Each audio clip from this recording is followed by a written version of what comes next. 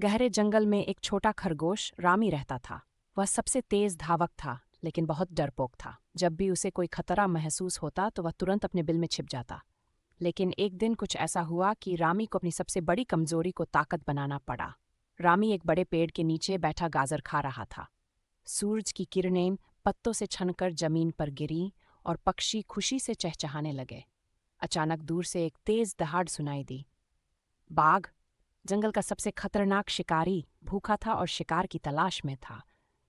सभी जानवर डर गए और इधर उधर भागने लगे। रामी को हमेशा बाघ से बचने की सीख दी जाती थी, लेकिन आज उसे एहसास हुआ कि जंगल के सभी जानवर खतरे में हैं। उन्होंने अपनी तेज दौड़ने की क्षमता का उपयोग करने का निर्णय लिया। वह बिजली की गति से जंगल के किनारे की ओर भागा और शेर का ध्यान भटकाने के लिए झाड़ियों को जोर जोर से हिलाया। जैसे ही बाघ झाड़ियों की ओर बढ़ा, रामी तेजी से पास की एक गहरी खाई में कूद गया और दूसरी तरफ निकल आया। शेर को लगा कि वहां कोई बड़ा जानवर छिपा है, और जैसे ही उसने छलांग लगाई, वह सीधे गड्ढे में गिर गया। जब सभी जानवरों ने देखा कि शेर गड्ढे में फंस गया है तो वे खुशी से उछल पड़े। हाथी ने अपनी सूंड से मिट्टी फेंककर उसे बंद कर दिया ताकि बाघ बाहर ना सके।